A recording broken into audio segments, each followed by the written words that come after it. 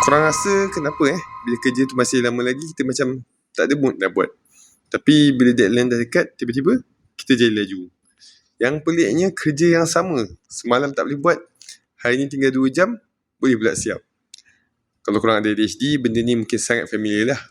Kadang-kadang bukan sebab kita tak tahu kerja tu penting, kita tahu. Kita cuma susah nak rasa sekarang kena buat.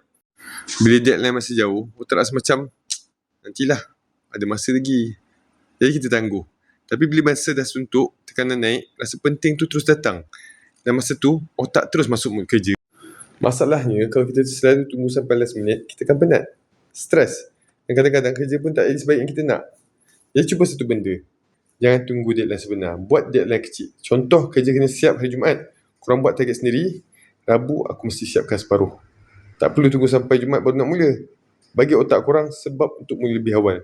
Sebab kadang-kadang kita bukan perlukan lebih banyak masa. Kita perlukan rasa yang benda tu perlu dibuat sekarang. Dan satu lagi cara, kalau korang memang susah sangat nak mula, jangan letak target yang besar. Jangan cakap, hari ni aku nak siapkan semua. Buat kecil. Aku buat 10 minit dulu. Atau aku siapkan satu bahagian dulu. Lepas tu, berhenti sekejap. Kalau masih ada tenaga, sambung. Sebab kadang-kadang bila kita nampak kerja tu terlalu besar, otak terus rasa berat. Tapi bila kita pecahkan jadi kecil, lebih senang nak mula. Dan jangan tunggu sampai korang rasa rajin. Sebab kalau tunggu mood datang, entah bila mood nak sampai. Buat dulu sikit. Mood kadang-kadang datang lepas kita mula.